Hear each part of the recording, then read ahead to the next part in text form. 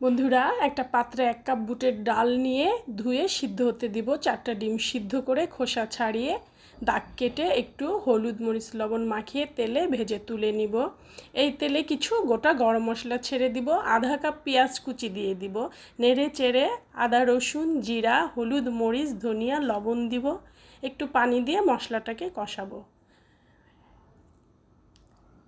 ঢাকনা তুলে কিছু টমেটো কুচি দিয়ে দিব, কাঁচামরিচ দিব কিছু, সিদ্ধ করে রাখা বুটের ডালটা এর ভিতর ঢেলে দিব, ঢেলে নেড়ে চেড়ে মিশিয়ে নিব। আবারও ঢাকনা দিয়ে ঢেকে দিব।